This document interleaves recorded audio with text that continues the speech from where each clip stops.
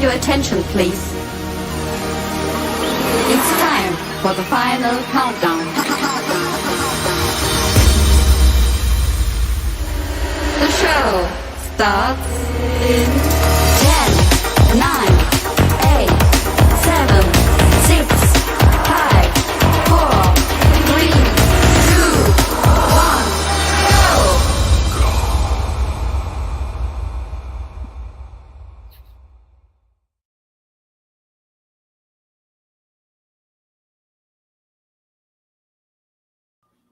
And welcome back to another Lakers Fast Break Snack Pack. I'm your host, Sean Grice, aka the MagicMan, and I'm with the number one Lakers blogger in the entire nation. That is LakerTom from LakerHolics.com.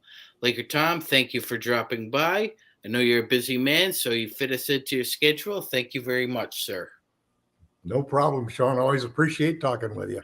Absolutely. Now, before we get into your in-depth analysis on the Lakers and the Grizzlies, Tom, do you have any thoughts on the playing games today, and if you think that they will have any impact on the playoffs going forward?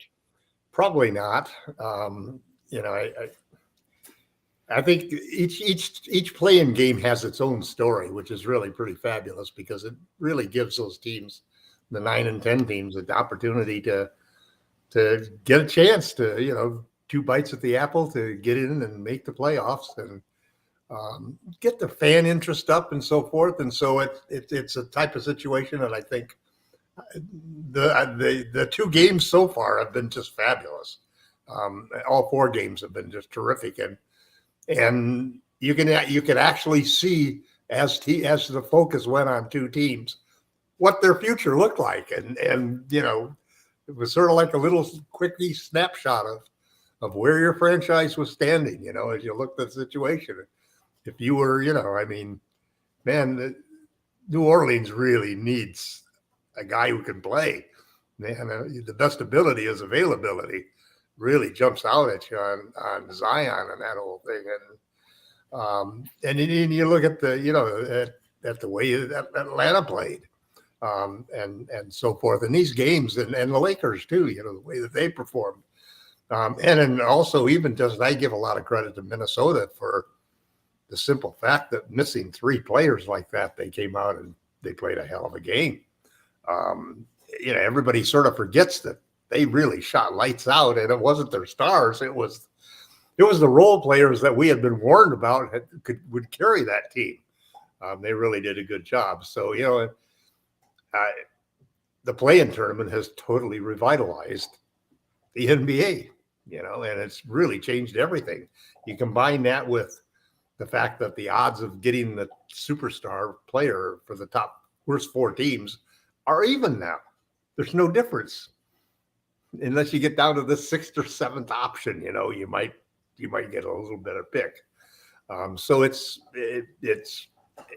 that, and what I think is also, and we'll see if it holds true in the playoffs, because it does in the regular season. I definitely saw a changing of the guard, where young stars were coming up and pretty well delivering to a lot of the old stars. Mm-hmm. A little notice that, there's a changing of the guard coming. You guys have been around a while, and times are changing. Guys are retiring, guys are getting older. May not be happening to LeBron, but it's happening to the rest of the league. And so we've got this incredible parity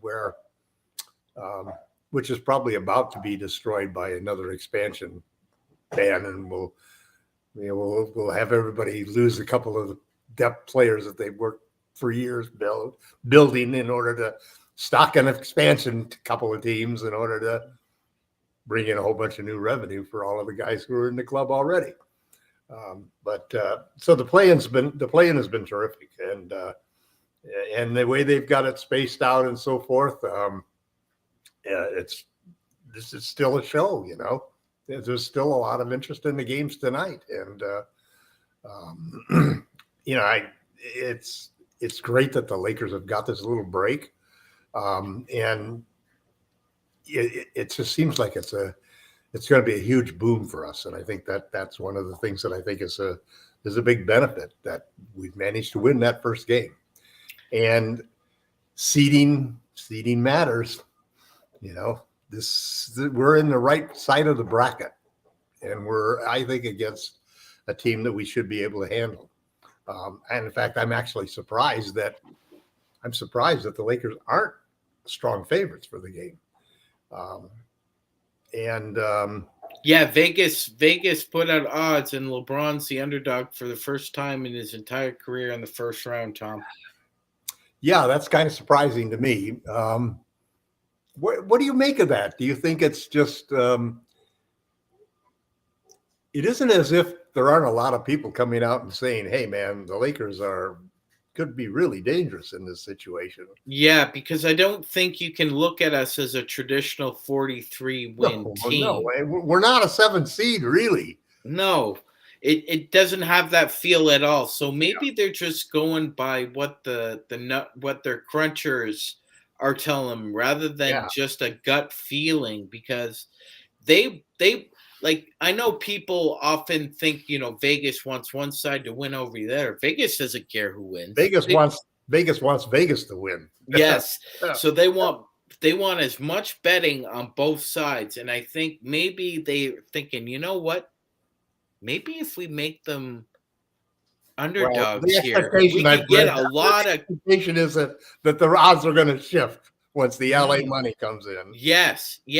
And I'm not sure how this works if you have to, and I don't care for it either, but if you have to lay, the bet on the line at once, where it's, the Lakers in 6 or the Grizzlies in 6. Yeah. And then if the Lakers win the first 2 games, all of a sudden you're thinking, I thought I was making $1,500 and now I'm going to be down $1,850 or something. But it depends. I digress. It depends what the odds are when you committed. Yeah, I think you know what, that I'll give it to Memphis. They won the more games this year in the regular season. Mm-hmm. They had a little bit of strife themselves, but I think, Tom, they're very limited, specifically defensively, when you lose Brandon Clark and Steven Adams. I was talking with Nick Molina yesterday, and we were having a discussion that to me, the big difference between a screen setter like Adams versus Gobert is very mechanical, very robotic in the way he sets his screens, but Adams has a lot of force and intimidation to his game, Tom. He's almost in the vogue of a KG or like a Tree Rollins back in the day, where he wants to make his impact known within the painted area and deter you. He's not the traditional rim protector, but he is a rim deterrent with his physicality. So I think they missed that tremendously. What are your thoughts about that particular advantage? I just did an article for Lakerholics.com and for Medium that basically the 4 reasons why the Lakers are going to take care of the Grizzlies. And the first was superstars. We've got more superstars than they do. The second was, I can't even think of what the second was right now. The second was momentum, that the Lakers are all of a sudden healthy. The second actually was health, that the Lakers are finally healthy. And unfortunately, as you just pointed out, the Grizzlies are missing their starting center and probably their 6th or 7th man in their rotation, And I would say Brandon Clark is probably the 3rd best perimeter defender too, Tom. So that hampers them. So that hurts them. So and then momentum. They're trying to recover from this whole thing involving John Morant, and he just had a countersuit today just to bring the whole subject up again, which is not how I would do it if I was the PR guy, unless they're really worried about wanting a kid. I mean, I don't think you're going to be able to afford to keep up the legal fees of fighting the case against John Morant and his billion-dollar empire, so it's kind of tough. But the thing about here's the thing that really is perplexing about the Grizzlies. We've won 2 of the 3 games, but 2 of the games, one of the games was way before the trade deadline, and 2 of them have been after the trade deadline. One game we got waxed by them, and LeBron didn't play in either game. AD was just fabulous in both games, like 30-20. Both were 30-20 games, man. I mean, he rebounded, he shot well, he was just dynamic as hell. But you'll remember, Tom, if this is an interesting stat. I'm not sure if you've read it or not, but since January 31st, Anthony Davis has played in 25 of the possible 27 games, and the only 2 games he missed were not injury related. Right. They were maintenance and rest, right. And one of those was off the back-to-back in Oklahoma City that he had that monster game in Memphis. But I digress. Go on, sir. So anyway, you don't have LeBron in either one of those games, and that first game, and it's a funny thing because the Grizzlies are a challenge to the Lakers in the sense that they're also a team that generally wins the free throw battle and generally wins the points in the paint battle and loses the 3-point shooting battle. And the Lakers formula is obviously to lose the 3-point shooting battle, but to win the points in the paint and the free throws to overcome that. They actually, in that first game, outdid us by 40 points in the paint. They scored like 86 points in the paint. It was unbelievable. And AD was playing great. It was just that we could not stop Ja. We could not stop them from getting to the rim. And they shot more free. We actually won the 3-point shooting contest by like 30 points, and we lost the game. The next game was like a complete flip around because all of the guys who did horrible in the first game really played well in the second game. Reeves, who had his worst game of the year, was like a -17. The first game was +17. And we won the battles, the rebounding, the points in the paint by little amounts. They're a fast-breaking team, and stats-wise, I can see why they're favored. When you go down and you look at rebounds and assists and shot blocks and steals and so forth, and you go point by point, and you can see that this is a team that plays real well, and they're also a team that played well without Ja Morant.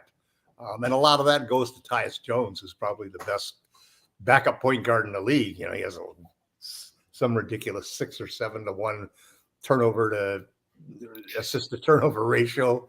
And they're just a well-oiled machine. But I think that the big thing is that they haven't had the last 2 games LeBron's been out. So they saw the Lakers with AD playing in a dominant position and scoring the 30-20. And they were able to beat us once in that situation. But I don't think that they're going to, you know, Clark was playing in one of those games. So now with missing Clark and I agree with, there's a million things that never show up in the scorer card that Steven Adams brings to the game that they're going to miss badly. And that plays into the Lakers front court, especially now with Hachimura playing so well. You know, they're going to have problems with Ja. And I think that they're going to just stack up the middle. I think that they're going to go big a lot. I think you're going to see Rui in there a lot simply because they play this drop back coverage and drop coverage is usually the guy who is terrific at the floaters like Ja Morant kills us in drop coverage because you're giving him that 5 to 9 foot shot that he wants simply because you're not going to let a big man, you're going to let him drop it off to a big man to dunk on you. You might have to worry about Ja dunking on you straight on because he'll do that. So I think the Lakers also too, it's a lot harder to, I think we may see a lot switch defense. I think we may see the same thing that they tried to do with the kid from Minnesota. I think they'll see the same thing. They didn't want to let Ant-Man beat them. And they found that actually being able to switch everything allowed them to reduce the penetration by a considerable amount, made it a lot harder to penetrate. with a little bit of helping from whoever's on either side of you, they were able to basically keep the Timberwolves from attacking the rim. And I think that they're going to give a good try of doing that same thing with John Morant and the Grizzlies, and hopefully they'll be successful. We're a dominant rebounding team. We have a big advantage in that sense. We have a size advantage now, I think, even though the teams line up the same, they really don't have anybody who can stop Anthony. He should have a field day. We'll have to get the ball to him. But I also think that James is the wild card in this whole series could be LeBron James getting a week off, 4 days off, because LeBron is going to come back, and I think he's determined to win, and he's not going to want to see a first round exit in these playoffs. I think he's going to. The thing that I've seen, what I was interested in, I watched him play defense in the second half. I replayed the second half of the play-in game. Man, LeBron, when he's playing defense, can still lock down somebody, man, because it's just such a big body to get by, and he's so quick when he's really working at it. I mean, there were a couple of plays where he shadowed guys, and it really looks sensational, man. It's exactly what the nightmare that you want to have guarding you is somebody with his skill and athleticism. You think 38 years old, you should be able to blow by the guy, but he has really been pretty stout. I think that we're going to, I predicted 6 games, and I wavered between 5 and 6. And okay. So, because I really thought we could finish it off in Memphis. I think we'll split. Right. I think we'll split one of the first 2 games. And it could be the second game, just knowing the way that LeBron always starts every series, like wanting to give a game to the other team to start off. And then I think we'll sweep LA. That'll put us up 3-1. And I think that'll break their spirit. I think we'll take the game 5. But I did predict 6 in my formal prediction. All right, Tom. When we look at the particular matchups, it's often been talked about. Who? Yeah, well, I was going to ask you. It's often been talked about this year about the criticism of Pelinka and Ham that they haven't signed and or developed a backup center that can spell consistent minutes for the team.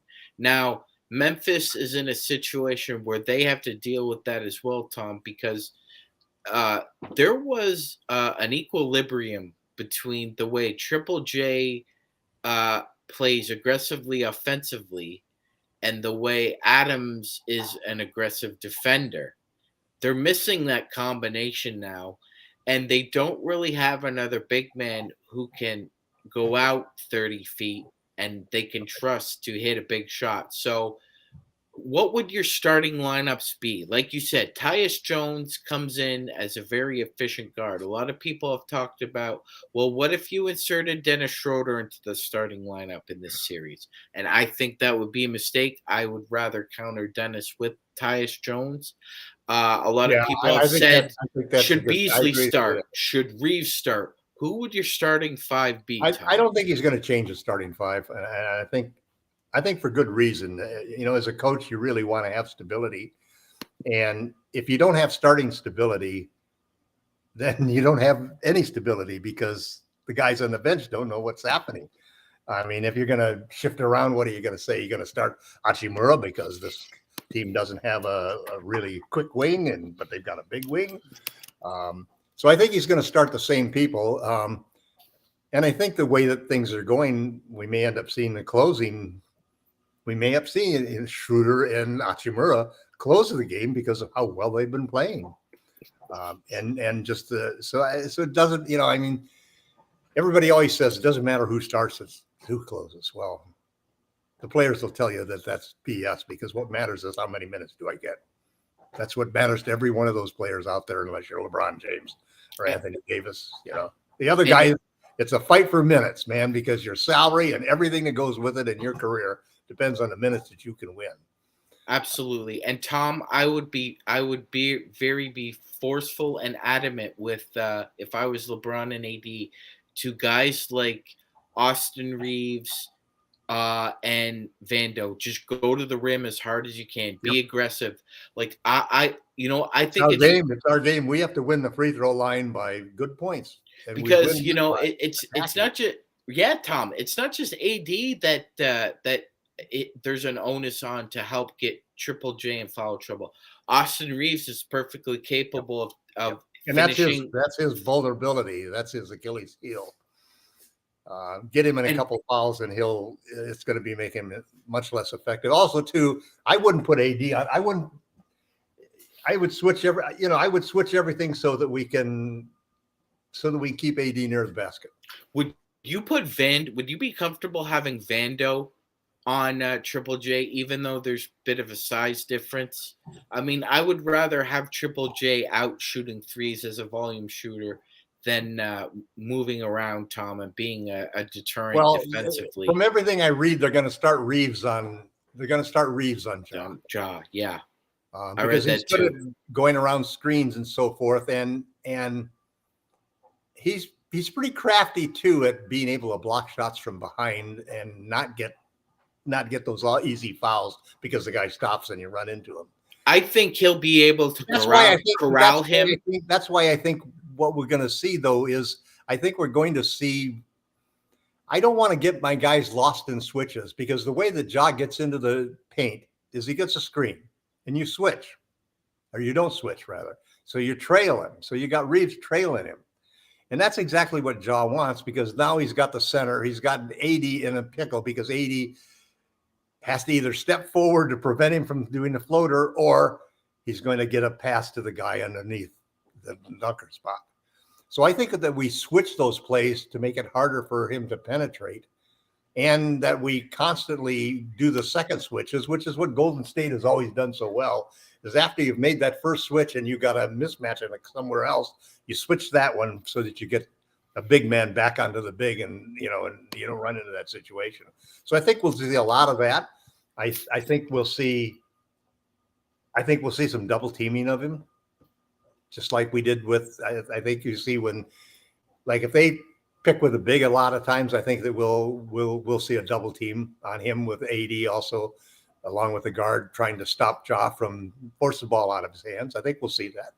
They're not a great 3-point shooting team, just like we're not a great 3-point shooting team. So, you always bet on them missing, man. Just like teams bet on us missing, we're going to bet on them missing because they're not a good shooting team. And I'd rather have them miss a open 3-pointer than Ja dunk on my center. So, Ja's going to get his. AD and LeBron got to get theirs. And if we do that, we should win the game. We got to get back on defense. So it's we can't just be throwing, we can't just be attacking the glass every single time, man, because they're killers in the open court. The last thing you want is John Morant running down the middle of the court with the ball in his hands. We don't want to see that. We want let's get back on defense, and just we got to control the defensive boards. Give them one shot. I was looking at some of those, like the one game they had 20 more shots than we did.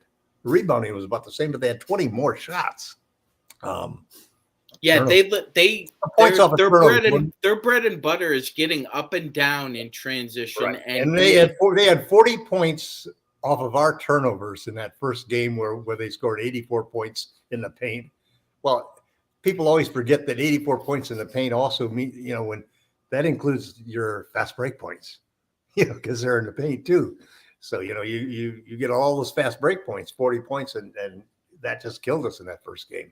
We couldn't even we were 21 points plus in 3-point shots, and we lost the game. 100%. And as we welcome in Ox, Joe Soro, welcome Joe. And we're just shooting the breeze because Tom's won't be joining us tonight, so he's just giving us his analysis. As you were listening, Tom, anything else come to mind for you, Joe, or would you rather have another topic of discussion on your mind right now? You're on mute, Joe. Sorry, guys. I had a chance to listen in on my way back to the office. I heard Tom talk about LeBron having a week off and feeling fresh, and we saw some positiveness in terms of his defense, which understandably, we know that he can't give 100% on each side of the court anymore, being where he is in his career. I think what we can probably gauge off game one on Sunday is their mindset of not giving it everything each and every game the rest of the way. Is that going to be something that's not going to be the norm? You look at the Minnesota game, and you can't help but say maybe they thought three of their guys not being available, they kind of didn't really take it seriously.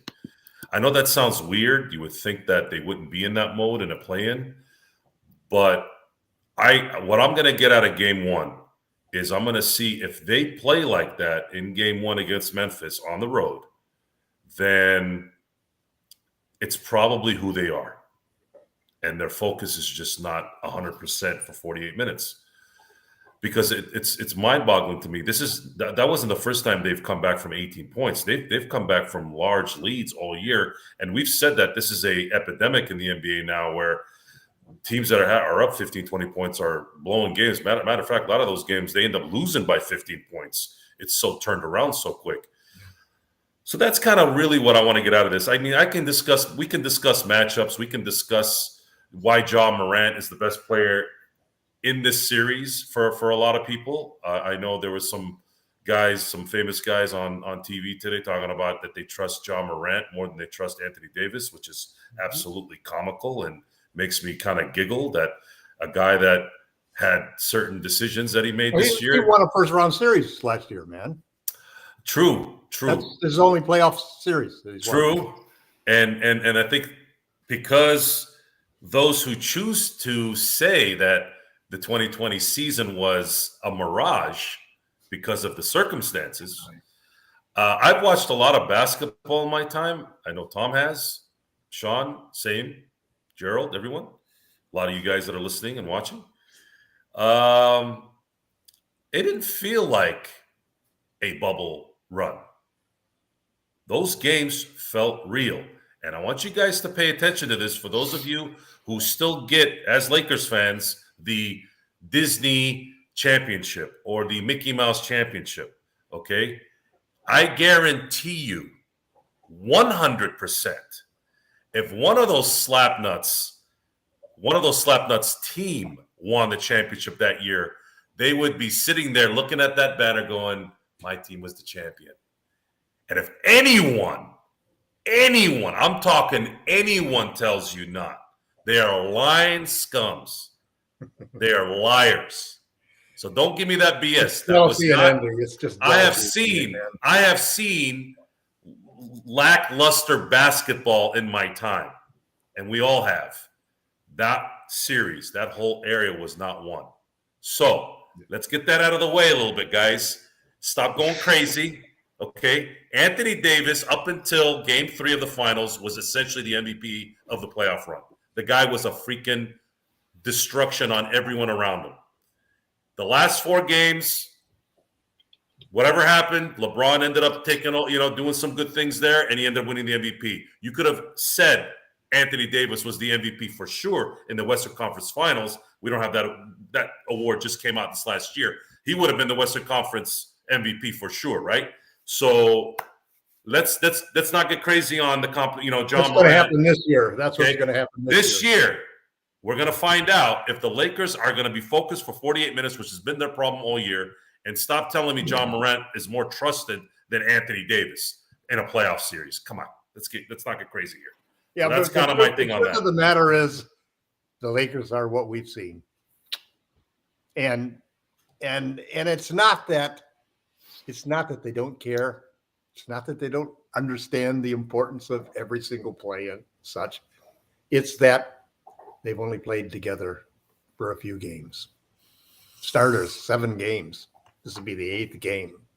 Absolutely. I mean, so you can't compare what this team is going to look like. Let's say that we bring everybody back and you're playing in the middle of the year and these guys have had 40 games to meld together and to develop, to understand what to do, to have won games together, to have won series together. This is the journey that they're on, which they're going to really have to take advantage of, because they're going to have to gel quicker than they would normally be able to in order to win. They're going to have to play better than they would have in a normal season, because they haven't had the time to build that chemistry and continuity. And like we know, every time there's a championship, they got to be luckier than hell if they don't get injured, that we don't lose a key player at a key point in time. And maybe that 2 or 3 times for our opponents that we're going to be in the path that we're looking for. I mean, we're looking at a path that says it's the Grizzlies, it's the Warriors, it's the Suns, and then it's probably the Bucks. You want to take the favorites of every one of the matchup paths on our, but those are the 16 games, 4 each against the, just 16 games. We all know the formula: 4 here, 4 here, 4 here, 4 here, and we do it. But it's going to take every single bit of what we are. And the only reason I think that you got the Grizzlies, say the Grizzlies are favorites, they played together all year. They've learned how to play without their stars. They learned how to continue to win. They're 6-4 in the last 10 without their stars, despite the whole Ja Morant situation, which at one point was basically that they were going to blackball him out of the league and penalize him for 50 games. And, and that would be the end of Memphis. And all of a sudden, they didn't lose the 2nd seed. They hung on there. They held off the Kings. They solidified the 2nd seed, won 6 of the last 10 games, and they're favored. They have home court advantage against the Lakers. Anthony Davis will probably sprain his ankle in the first quarter, and LeBron in the 3rd quarter. And by the 2nd game, the Lakers will default. That's what everybody expects, because they're the Lakers. That 2-10 team that started off so terrible, Yeah, now 0.3% chance of making the playoffs. Yeah, hope the Pelicans enjoyed their pick. Really do. Yeah, right. Well, so are they swapping with us? I don't. Yeah, I guess think it's a great idea. No, see, theoretically they could, but will they? I mean, that would be hilarious if they actually decided to do that out of spite. Like, we'll just swap anyway. F you. We'll just swap. That would be funny. Oh my God, that would be so hilarious. It wouldn't be, and ladies and gentlemen, it wouldn't be beneath the New Orleans Pelicans and Mickey Loomis doing something I meant to like check the on other draft box. night. I checked the wrong box when I sent it into the NBA. I thought that was the box that said we don't want to exercise the trade. Well, again, you guys in our email chats, the article or the tweet that you had sent, I believe, Sean, you sent that, right? I thought that was comical because you're reading it and you're going, man, this guy was just, it almost looked like self-hate kind of tone to it. Oh, this is self-hate in terms of self-hate as a Pelicans fan, trying to manifest the fact that your team just traded an all-time great in his prime, or just coming into his prime, really, for guys. Sure, Brandon Ingram is not as good as Austin Reeves. Really, I mean, Brandon Ingram is a phenomenal, is a very good player, very good. Have a lot of respect. Lonzo, I'm not trying to pounce on his situation, but he's a bust. He's a injured bust. There's a difference between sucking and injured. He's an injured bust. Let's just call it what it is. And he's a Greg Oden compared to a Stromile Swift. At least he played a little, though. But I get what you mean. Then you have Josh Hart, great, bench guy, but it's Josh Hart. And then all these picks. What did it get him in the end? They haven't really Magic beans. That's they haven't what they are at this so, point. So again, we talk a little reality, and unfortunately, reality always kind of has a little bit of negativity to it because we're stating facts of what's going on. But the positiveness is there is absolutely no. It never was even before, but for sure now there's zero on the Pelicans side in that trade. Zero. It was the 100% trade that went the right way for the LA Lakers. They have a banner to speak about it, and they still have the opportunity to continue to do what they're doing while Zion Williamson's waiting for everything on the table to be evenly spread.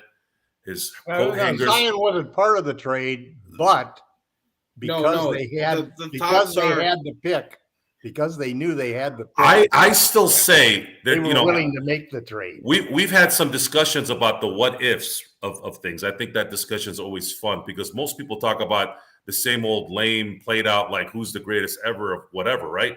My thing is we should have a observation show about what if the Lakers had won the lottery that year.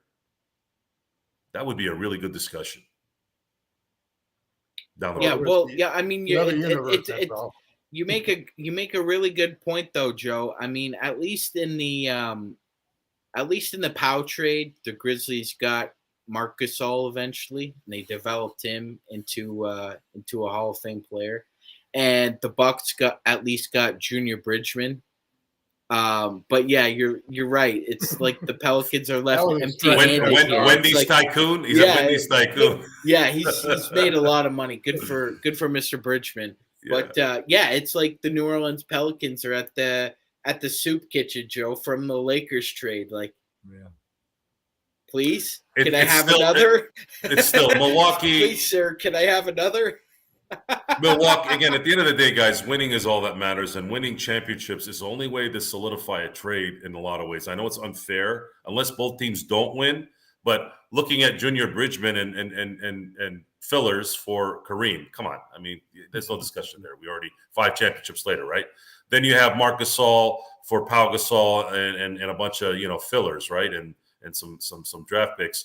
Look, Pau Gasol, the Pau Gasol trade changed a culture for 3 years. And you can't deny that. I mean, there's no Lakers in those 3 trades are at 100%, and there's nothing else. The worst trade the Lakers ever made in my lifetime watch is the Westbrook trade.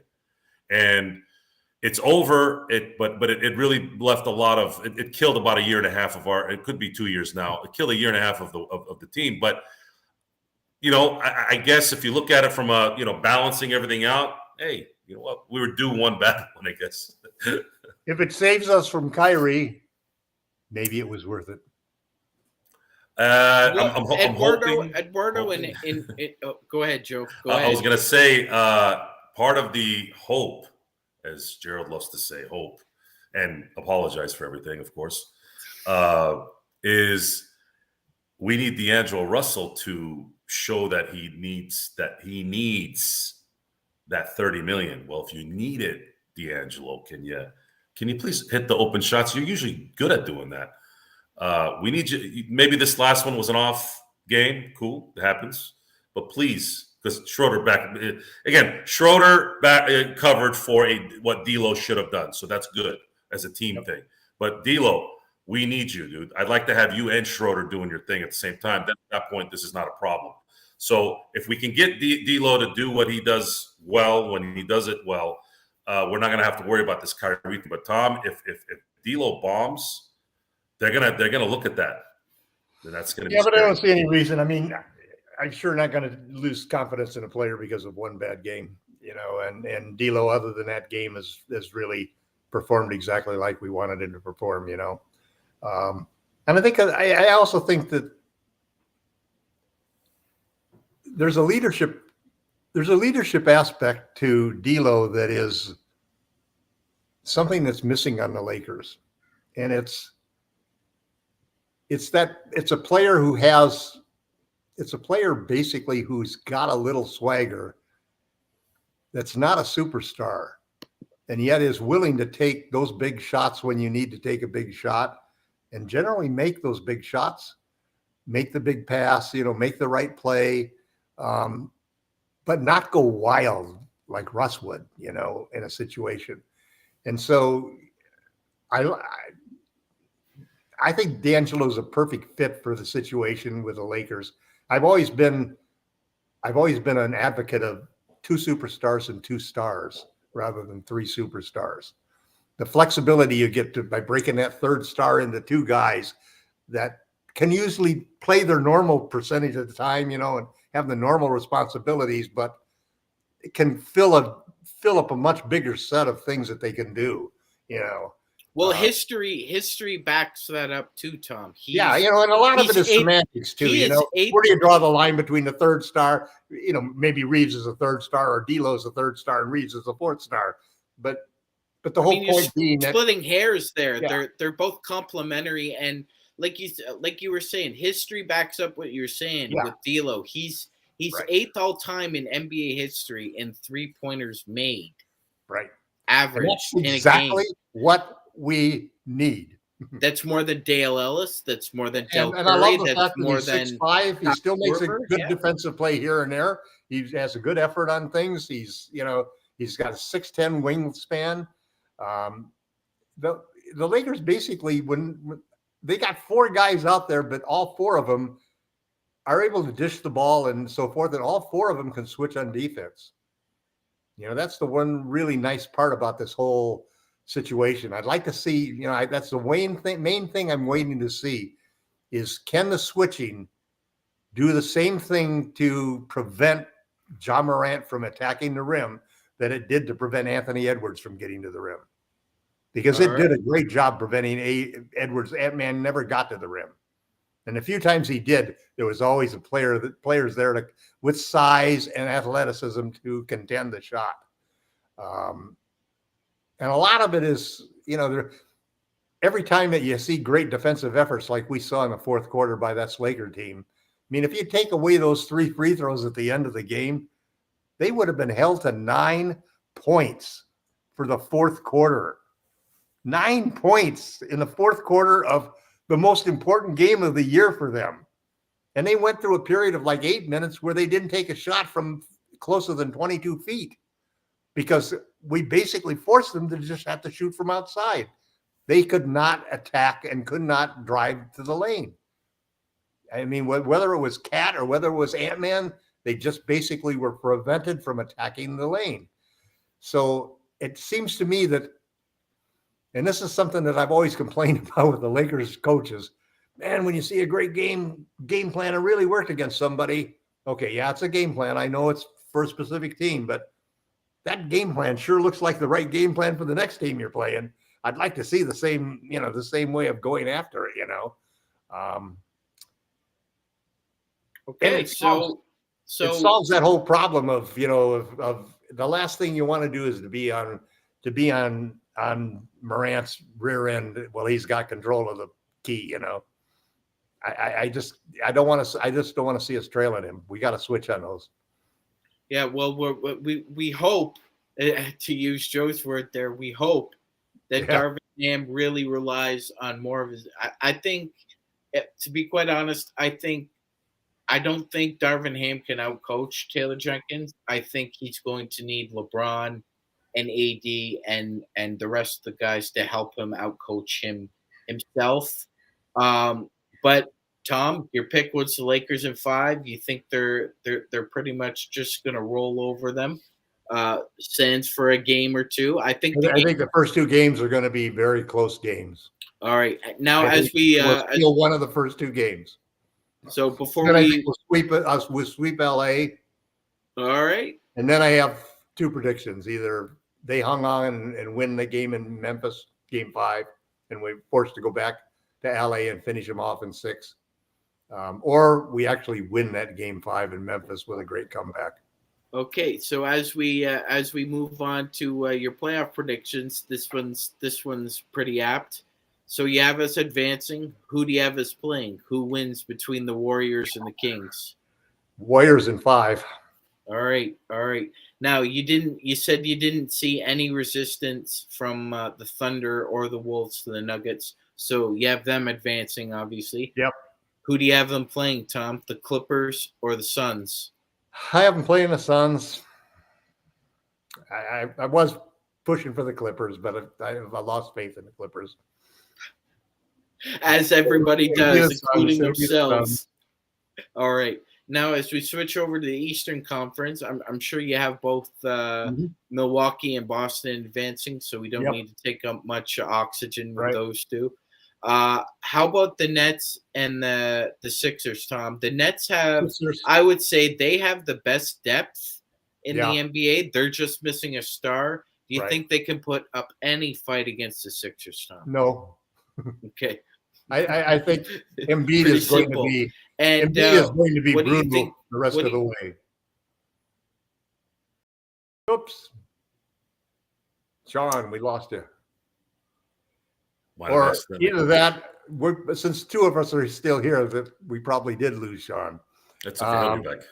Yeah. So anyway, continuing what I was going to say, Sean, is that the what were we talking about there? Eastern Conference playoffs. Which series were we on? We didn't talk about the series unless he was mentioning something. So we're trying to figure out what is going to likely be the results towards the end, which the East to me is a little easier to predict than not. The one series that's got me intrigued though is the New York Knicks versus the Cleveland Cavaliers. I believe that game, and I'm hoping. I'm not hearing good things about Julius Randle being available. Are you hearing the same things? I haven't heard anything specifically about it, but that's the series that. Who do you have in that series? I honestly, at this point, I'm sure that Randle plays. If Randle plays, I am sure that it's going to go 7.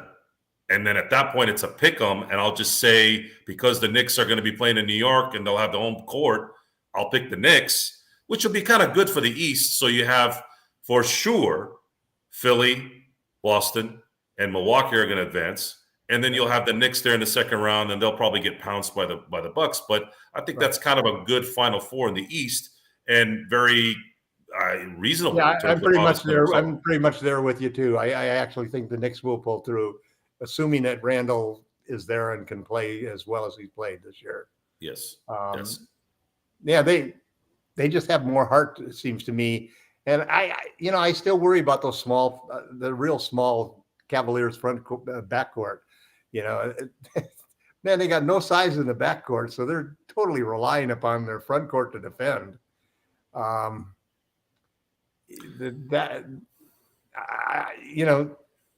think that's a case where Tibbs will outcoach the Cavaliers in that series. It's going to be a very difficult series for them. This is probably the best chance that Tibbs has had to, break into the top 4. So. Yeah, I don't know. Donovan Mitchell's been to the playoffs. He's a little seasoned in that respect. He doesn't have to worry about Rudy Gobert coming up lame in this series, at least. I'm gonna hold off. I'm still kind of.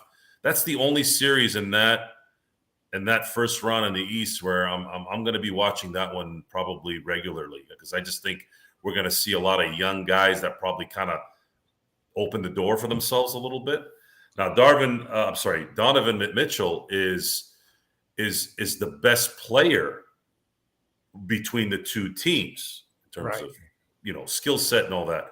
So if Donovan comes in and kind of sees the bright lights, and especially considering he was being solicited by New York, and all the New York fans and all the media New York fans were begging to get Donovan to New York. I just think the storyline here becomes interesting to see if Donovan's going to use that as extra energy, as in, you guys should have put a better package so my butt could have got but here. what about the guy that the Knicks wouldn't trade?